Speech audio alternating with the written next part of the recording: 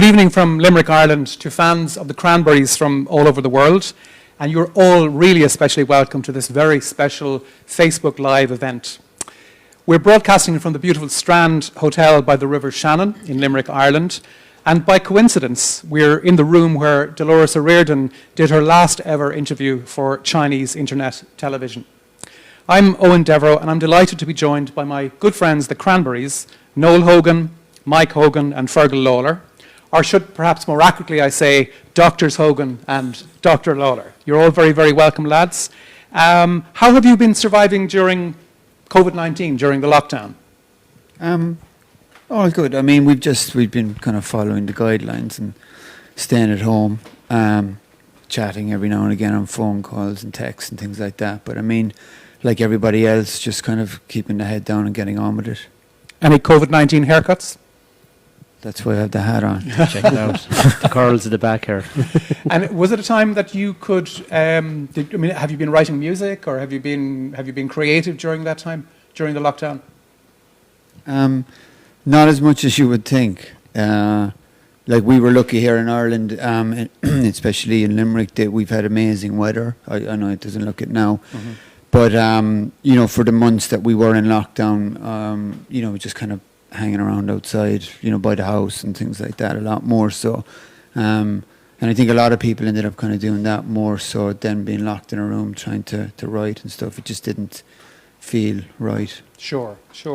One of the things we're going to do this evening is we have questions from your fans from all over the world. And the first question comes from Edward Randazzo from Facebook. And he wants to know, have the Cranberries discovered anything new about themselves during the lockdown? Fergal. Hard question to answer. I was quite relaxed about the whole thing, I suppose, and I suppose to stop myself getting freaked out by the strangeness of it, I was just trying to keep everything in the day and try not to think too far ahead, and I think that's it's a very good way of getting through life in general, is to try and keep it in the day. And you know, it's not an easy thing to do, but it definitely helped, I think. Yeah. So one of the things that we had intended to do maybe 5 or 6 weeks ago was to celebrate the fact that Zombie had reached 1 billion views on YouTube, and obviously the lockdown stopped us from doing that. So on April 18th, we learned that Zombie had reached 1 billion views, and you're the first Irish band ever to achieve that. So what does that actually feel like, Mike? I mean, what does it actually feel like, the idea that you have 1 billion views of a song? In fact, it's over 1 billion. I was checking today. It's much higher. I mean, it's amazing. I mean, it's a fantastic video. But I suppose when we recorded a video years ago, we never thought it would have that much exposure, you know. But I suppose with YouTube now and everything like that these days, it's got great coverage. Like, and but to be up there with other bands like Guns N' Roses and Nirvana, to have that 1 billionth view was amazing. Like, we were all delighted with it, so. And can you go back to when you first heard, you know, when Dolores came to you were doing a rehearsal in Mungret in County Limerick, a few miles from where we are this evening, and Dolores brought this new song to the band. So what are your memories of that?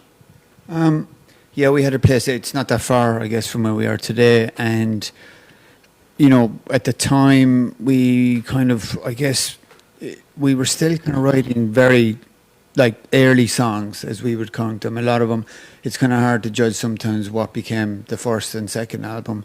But she came in with this song, and I think until that point, we were known. I think Linger had been out in Dreams, and you know, they were kind of indie pop kind of songs, and we weren't a heavy band. We were never known to be that at that point. And it was, you know, we started kind of, I guess, between the three of us, when Dolores brought it in, started to turn it into that again. But she was adamant that it was an angry song and it had to reflect that. And then, you know, she kept going, oh, you know, I want the drums harder, or, you know, I want the guitar harder. And she only had to tell us once, like, you kind of gave us free rein to kind of really go hard in it then. And I mean, the place we were in was tiny, you know. I mean, it was like as small as we like are here. Yeah. So to get loud in there meant, you know, it was hard to hear what was what, but I mean, it somehow worked. And then soon after that, we started to play it at gigs. I think like the Parkway, which isn't far from here either.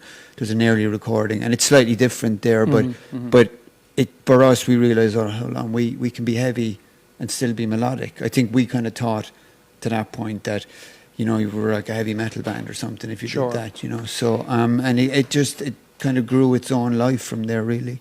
And is it true, now that you didn't have a distortion pedal until Zombie? Yeah, I had to buy one for this song, honestly. Yeah. And the drumming, obviously, Virgil got harder. Yeah, it was, like Noel said, it was a tiny room, so everyone was always kind of like, you know, keep it down, try and play a bit softer, you know, and I was conscious of that as well. But then when she kind of said, you know, make it angry, it was kind of like, are you sure, you know? Obviously, was dying to hit harder, like so. But when we played it live, really, it came into its own because you had the freedom then, and you get the reaction from the crowd.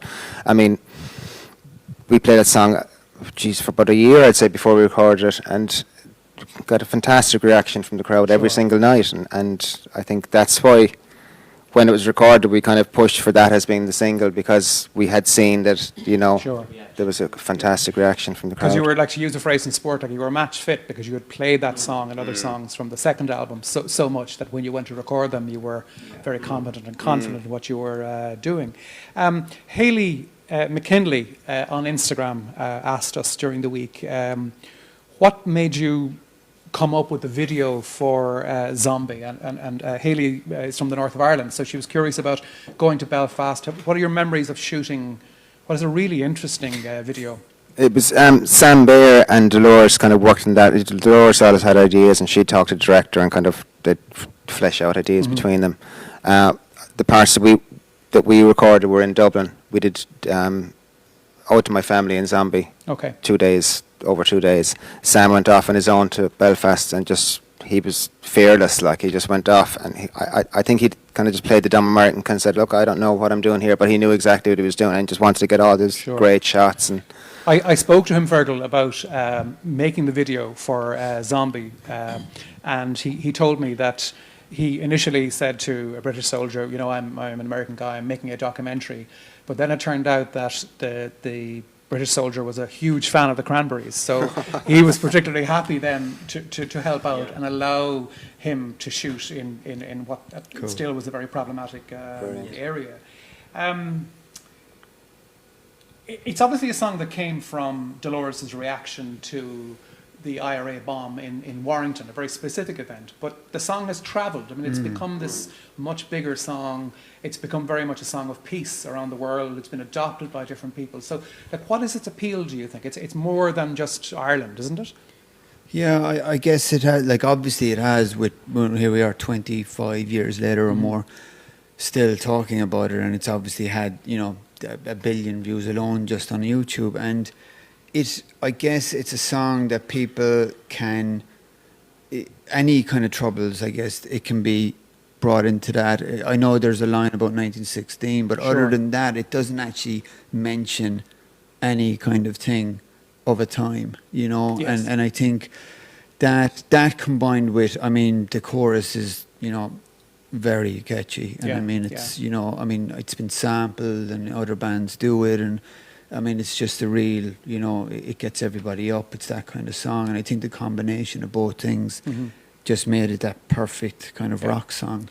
And I think when I last counted, I think there have been 50 different cover versions of Zombie and Rising, you know. So it's interesting to see that. Zombie appears on your second album, No Need to Argue. And a lot of the time when people talk about No Need to Argue, sometimes, you know, the reviewers and people writing about it, when they write about the history of the band, they often, I think, misrepresent No Need to Argue because they talk about your sound changing, right? So I want to put it to you that No Need to Argue is actually, it's really a sister album to everybody else. There are lots of parallels, there are lots of similarities. Would that be fair? Yeah, I suppose it would, especially the fact that when we were touring so much off the first album, a lot of those songs were written doing gigs and stuff as well around that time, so kind of comes into each other as well around the same time period. You know, I think. Yeah. And had things changed for you? I mean, the first album you put down in Windmill 2 in Dublin, you were, you know, you know, the three of you and Dolores, you know, young kids out of Limerick. You probably hadn't been in a full recording studio before. You were working with a big producer who had worked with Morrissey and the Smiths and so on. So it's probably very intimidating. But by the time you get to make No Need to Argue, there's a confidence in the Cranberries that hadn't been seen before. Is that fair? Yeah, and I think that's from playing live. Like, we Yeah. played, I don't know how many years, just straight. Like, we Yeah. lived for this band. We recorded, we went on tour, we wrote, we recorded, blah, and around and around. And so when we went in, I mean, it was almost just fitting the album in around touring, is how Sure. it felt, really, in many ways. And even the writing process was just one long run. At sound checks, we wrote, and then we got back. We'd write a song and we'd do it that night sometimes. Sure. Just go, let's see how it is. And Yeah. so when we went in with Stephen the second time, there's the comfort of knowing him already. Yeah. And then we, I think, felt more confident as players. We were definitely tighter as a band. Like, we went from a band who wouldn't look at the crowd to, throwing ourselves around the place and just, doing 2 shows a night if you needed to. It wasn't the problem then. And it doesn't kind of fit the stereotype of the difficult second album. And Elvis Costello says that bands have 20 years to make their first album, but it's got 10 months to make the second one, and it's a hugely challenging thing for you. Are there songs on the album, at this juncture? Are there songs on No Need to Argue that you think that really stand out to you now, that have stood the test of time? Everything really, to be honest. There's nothing that doesn't sound good. It was just one of those perfect moments, I think. We were on a roll. Everything was going great. We were having a great time. We didn't feel any pressure. I mean, I remember when we went in to record in the Manor or whatever, we started there, and Stephen was kind of you could feel he was a little bit stressed, kind of going, okay, the last album, sold 1 million copies or whatever. We have to make a great album. We were like, it'll be fine. Don't worry about it. We were really relaxed, I think, because we had just done it 1.5 years, 2 years of touring, and we knew the songs were good, like, and we had played a lot of them live, so we kind of knew there was a good reaction from the crowd. Yeah. The sense I have from the second album is that you actually had great fun recording it. Now I know there's VHS, there's video content from sketches and things that happened late at night and so on. But was it actually in the Manor? Was it actually a good crack to be there and being in a residential studio? What was that like, Mike? Oh yeah, no, it was great. It was fantastic. Back then it was all done on tape as well, so there would be some edits and things going on like that. So that would take a bit of time to do. So we'd have a bit of spare time in our hands. So we would get the video camera out and start filming ourselves doing, various sketches. And Paul Weller was doing a video there one time. So we pretended that we were the crew in the background. He didn't know we were even doing this, and coming up with these storylines and stuff like that. But it was a fantastic place to record an album. So we done, I think, a few weeks there, and then 3 weeks. 3 weeks, and went skiing, and then finished the rest off in London, then in Townhouse. Yeah. And of course, the skiing, Dolores got a serious injury on the skiing trip. Marie Rosa Visconti from Italy sends us a message this evening, and she says, "My favourite song is No Need to Argue," and she asks, "Does it have a particular meaning or a story behind it?" And she's sending all of you love from Italy this evening. Thank you. I think it's like a lot of Dolores's lyrics, I think, around that time were about relationships. I know Zombie's an exception, but a lot of the other songs on that album, and I think it was during kind of that transition from the first album to the second album, she started a new relationship, and I think I've always thought, because the Doors wouldn't be one to sit down and go, it's about this. Sure. You kind of knew from it when she brought it in what the lyric was about. So I think that song is kind of self-explanatory, really. Then in many ways, she's in a new relationship, things happen, and that's I think that song is a reflection of that. She wrote that when she was in hospital with her knee, because I remember going to see her, and she had an acoustic guitar, and she said, I have a new idea, and she started playing it, and I was kind of going, okay. And it ended up being the title track of the album. we might look like we're very close together, but we are actually socially distanced, and we're sitting on 4 very nice chairs here. But this brings me to the couch, the sofa, right? And people will be familiar with effectively the 5th Cranberry, the couch, right? Can you tell me about shooting the artwork for No Need to Argue? And it was done in Dublin. Any funny memories from that day, horsing the couch around? I think the one of taking the boat out in Richard Island, the Doggy Island, and having the actual couch on the boat as well, like, was one of the memories. And then probably the other one with the rainbow. The rainbow. The rainbow was actually, Yes. It was real. people yeah. thought it was superimposed or something onto the album, Yes. but it wasn't. It was actually genuine, like. And of course, back just then perfect timing. there was no Photoshop in 1994. No, exactly, yeah, that's it. Didn't exist. So we have a bit of an announcement about No Need to Argue. So Noel, do you want to tell us what's happening about No Need to Argue? Yeah, well, a lot of people, I guess, know already that we've been working on kind of a reissue, a 25th anniversary of it, like we did with the first album. So it's finally ready. We're a little bit behind with everything that's gone on in the world, but it's been released in September, I believe. Is it 18th of 18th of September, yes. It's the first time it'll be on a double vinyl, with basically we've dug out what we could find between demos, kind of songs that were maybe B-sides released in other countries, but the whole package is all in one kind of thing now. And I think there's a song called Yesterday's Gone, which we never released. It was From the MTV Unplugged We did it on MTV gigs, yeah. Unplugged. A song that we basically wrote like the day before, played it then and never played it again. You know, so there's things like that. And I guess that's, you know, that's kind of one of the reasons we're here tonight. That's the announcement, is that like they sent us like Some these test pressings there a couple of weeks ago, because it was remastered, and then Stephen Street went off and checked everything and sent it to us, and it sounds as good as ever, you know. Yeah. So there's going to be, like the box set release of everybody else, there's going to be a box set release of No Need to Argue. It has a long essay about the history of the album and what was involved in making the album. It has extra tracks. It's on double vinyl for the first time. You mentioned Yesterday's Gone, your cover of the Carpenters, or at least more accurately the Burt Bacharach song, Close to You, but known most famously by the Carpenters. So Close to You is on it. And I think probably one of my favourite songs from that era, So Cold in Ireland, is included on the album release. So are you excited about the album coming out in this new format? Yeah, it's fantastic. I mean, I actually listened to the vinyl the day I got it. I got it last week, I think, and I put it on just to hear it. And kind of sat down. It's not often I'd sit down and listen to a record like it, but it's something special about having it in vinyl. There's also a CD with extra stuff as well, but it's just something special about having a vinyl. Sure.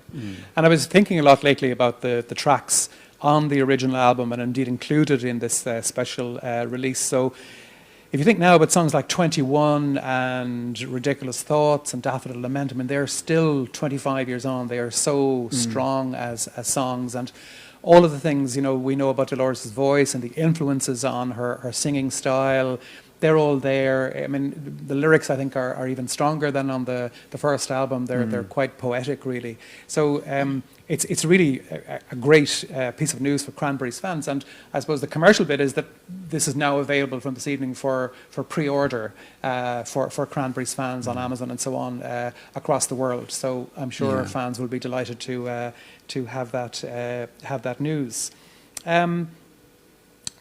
I have some more fan questions. Is that okay? Yeah. So I know that, for example, the band are phenomenally huge. I mean, you're huge anywhere around the world, but you're phenomenally huge in Latin America. And Maria Edivania on Instagram says to us, hello directly from Brazil.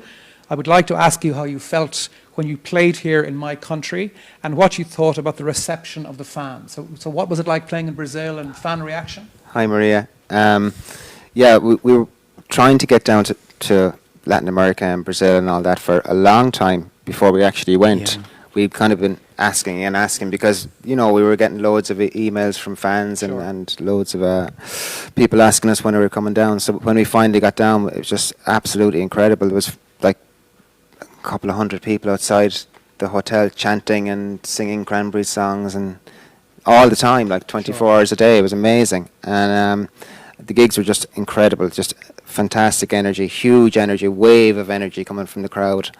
And there's one gig I remember in particular, I think it was 52 degrees on stage. Wow.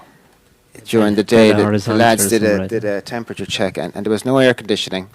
So they kind of opened the doors that night. And we were really nervous about it because it was so hot and with the lights and everything it was going to be hotter. But, I mean, the crowd were incredible. It was just insane. Amazing place. And is it the same in Mexico? I mean, I know that you've played gigs, large Yeah. gigs in Mexico. Is there the same Yeah. strong appeal in Yeah, and lots I of think the countries? fact we hadn't really gone down to these countries that, you know, through the 90s really, it just wasn't, you know, kind of, there wasn't enough time ever really. So when you get there eventually, you're kind of blown away at the reaction and how big the band is there. Sure. And I mean, they're so passionate about it as well. And it just, like, for doing gigs there, I mean, it's a dream because you just walk on stage, the place goes mad before you even pick up a guitar. Yeah. So, you know, it always, we've very, very fond memories of down there. Another fan, Elaine O'Neill, asks, and this is, I think, a tricky one. It's a simple question, but I think it's a tricky question to answer. Do you have a favourite gig, and is there one that stands out to each of you for a specific reason? Do you have a favourite gig, Mike, over the long career in the Cranberries? Just trying to think. I mean, one that stands out probably would have been Woodstock in the 90s. The Woodstock too, obviously. Sure. Like, Yeah. that You're not was that old. that was a yeah, exactly. Yeah. That was a massive crowd at that 100,000 or something like that. That stands out a lot. But I mean, there's been so many over the years. It's hard to kind of choose. You know. And were you nervous playing at Woodstock too? No, straightforward, yeah. not really. Like I think Yeah. just once I mean, you'd be nervous at the start of any tour, but once the tour gets up and going, you're kind of you're into it straight away. You get Like, used and to it, you get used to it. Yeah. Do you have a favourite gig, Noel, from Um, where? No, it's very hard to find. You know, I find you tend to remember the ones that went badly more than the ones. And you don't want to talk about them. You know, it's funny, you go, I remember that gig. Yeah, It was like yeah. nightmare kind of thing. Yeah. Usually because of some technical issue or something. But, I mean, we've been very lucky as a band to have so many tours and so many amazing gigs that, I mean, the bad gigs are, you know, they're a tiny fraction. I mean, it's just, you do it and it becomes second nature to you. Something you feared in the beginning, as anybody does, because your stomach's messed up and you're a bag of nerves, and then it just, you know, you get called 10 minutes, you're on, and you just go and do it and just enjoy it. And I mean, it just, that's why we did it for so long. I mean, just because of that buzz, that there is nothing else like that. And you co-wrote, you know, a significant number of the songs of the Cranberries, and I'm just wondering, how does it feel when you give the song away? In other words, when Zombie is released and it goes out into the world, or Linger is released and it goes out into the world, and suddenly people are married to your songs, people have funerals with your songs, people have christenings with your songs become part of other people's lives. So can you say something? What does that feel like? Like, I'll be honest, I never really thought about it until, I guess, when Dolores passed away and the Sure. years that have gone by, and suddenly you hear the song and it just now, like you hear it on the radio or you hear someone else singing it somewhere, it reminds you of that day where you had the first idea and we first all sat down and played it. And Sure. just those nice memories come into it. And that's what, like, for me anyway, that's what I remember mostly about any of the songs now. More so, I mean, you do it so that people will enjoy it and that it does go out into the world. Yeah. I mean, that's the whole point when you have this and you get excited and you go, I can't wait, you know, Yeah, for everyone yeah, to hear this. yeah. It's like when we sat on certain albums over the years, sometimes it would be months and even a year sometimes, and only ones that have heard it is us and a couple of friends, and you know, you're so eager to share it. Sure. And as much as people go, it doesn't matter what people think, it kind of does. Like, it is a nice feeling to have people appreciate. Yeah. You realise I'm not the only mad one sitting in the room. Like when you think about it, here we are sitting on the banks of the River Shannon in Ireland, and you know, 2 miles away, you all one day worked on a song called Zombie, and now all over the world people listen to that, and they probably make their own of it, you know. Any examples of people ever mishearing your lyrics or anything like that? Do people misunderstand what songs are about? Has that happened? I mean, I'm sure, yeah. Yeah, it happens. Who Like, doesn't but do that? I mean, and the thing is, you never change that lyric, even when you find out what it really is. You'll still sing it your way. Sure, sure. And that's the great thing. Like Dolores, you know, she never tried to put on like a different accent or anything. She always sang In her own voice. yeah, exactly. yeah, And yeah. I'm sure that would lead to Yeah. misinterpretation of lyrics along the way. Sure. And Fergal, what about yourself and favourite gigs? And I'm conscious of, you know, our stadium gigs, are they our intimate gigs?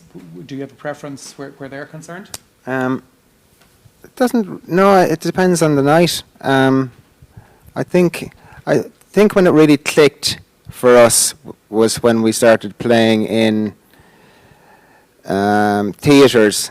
Went down to Australia on the second album. Sure. Just we were getting tighter and tighter because we had been playing for a year and a half, I suppose, touring for a year and a half. Then we recorded the second album, and off we went and did another 2 years touring. But it just, for some reason, it just really clicked and came up another level on that Australian tour when we, for No Need to Argue. Sure. And then after that, we came back to the States again and played bigger outdoor kind of shows. And Okay. it just, I remember jumping up a level and Yeah, just been, yeah. I think all of us were really comfortable and really confident. And when you went out with an orchestra for something else, what was that like to play with a quartet or with great. orchestration? And I know you did that in Finsbury Park as well, a long time ago. So Yeah. you would have played when Dolores' leg was in a cast. That's right. So you'd have played. So what was that like when you're doing a bigger production with orchestration? It's great. Like for us, I mean, you try and kind of stretch yourself always. So to rework those songs for that album was amazing to kind of, because it was harder than we thought for some of them. Like we had messed around, I think, for years with Dreams to try and do an acoustic version. We could never get the song to work. And then that day when we did do it, you started playing the beat a certain way outside, and we just started jamming, like kind of falling in with Sure. it. And suddenly it clicked. And once you put those strings on top of it, then it was like, finally, we have this thing to work. Because people would, we'd go to a radio station and say, can you do Dreams acoustically? It was like, never happened. It's never And worked. of course, yeah. the songs lend themselves to orchestration. yeah. We got hundreds of questions, understandably, since Monday, like literally hundreds and hundreds of questions across different forms of social media. And I thought the best question that we got, and I picked it out, was Stefan on Facebook asked, and I know many of your kids now are grown up, so they're not kids anymore, but do your children, do your offspring, do they like the music that you make in the Cranberries? What do they think of their dads being in the Cranberries? I've got a funny story. My son, when he was in the Gael School, found out from his friends. This is the school where children do their it's an lessons through school. Irish. through But he Gaelic. found out, I suppose he would have been 8 or 9 probably at the time. He found out from his friends that his dad was in a band called the Cranberries. I didn't even tell him, like, he would never ask or never pay attention to it. Yeah. So, And are you too cool for school, Noel, or do your children, they know about the Cranberries, obviously, but what do they make of the I mean, Cranberries? I think it's over, as they've gotten older, they've learned to appreciate it a little bit more. I think they just find more funny, they look at old clips of the clothes and the look of a time, like I don't want to speak for them here. Yeah. I think that they appreciate it some bit. It's probably not their cup of tea, like, Sure, yeah, now yeah. music has changed, but let's say they don't hate it. Right. That's what I'm And gonna. what about you, Ferg? Yeah, same as that. They appreciate it, but they kind of think it's bizarre that they don't associate the two. It's Sure, like yeah, he's yeah. some other guy who does that, and Yeah. this is my dad, Sure. We'll come back just before we finish, just to say maybe one or two more things about No Need to Argue, but kind of a quick fire answer. Who's your favourite band, Mike? Now, what are you listening to? actually, I've been listening to Pink Floyd recently on the lockdown a lot. Okay, Yeah. early Pink Floyd? More Yeah, Pink Floyd? kind of live at Pompeii, the videos and stuff like that, yeah. Yeah, I was watching that on television a few nights great, ago. Noel, what are you listening to?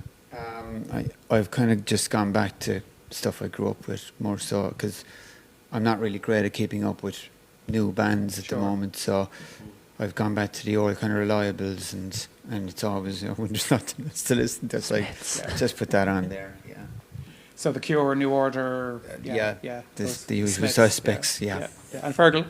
Yeah, I've been listening to lots of actually classical music and jazz and soundtracks. But I put on Supergrass In It for the Money yesterday Wow, in the car. great I hadn't song, heard it in yeah, years. It yeah, was like, whoa. yeah, Remember we used to yeah. listen to that when we were recording the 4th album, actually, driving out to the studio.